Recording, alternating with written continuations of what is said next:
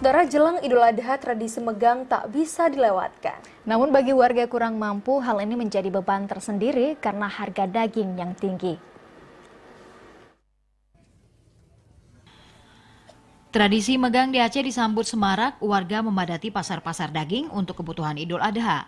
Namun bagi warga tak mampu membeli daging dengan harga tinggi di saat megang menjadi beban tersendiri. Untuk meringankan beban masyarakat, Kampung Cok Abe di Kecamatan Sukajaya, Kota Sabang mempunyai visi misi mulia untuk bersama-sama menyambut megang dengan membagikan daging bagi warga kurang mampu. Kegiatan ini dilangsungkan justru saat megang pertama dan diharapkan dapat digunakan saat berhari raya.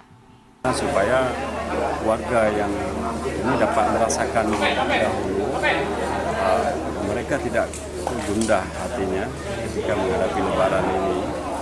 Jadi dengan demikian kita sepakat dengan warga semua, dengan tokoh-tokoh masyarakat, kita dahulukan, kita bikin lebih awal, itu megang pertama. Kegiatan ini sekaligus bersilaturahmi dan juga melaksanakan ukhuwah sesama masyarakat. Berdasarkan kesepakatan tokoh-tokoh kampung, dana yang digunakan berasal dari alokasi dana desa dengan target 290 kepala keluarga.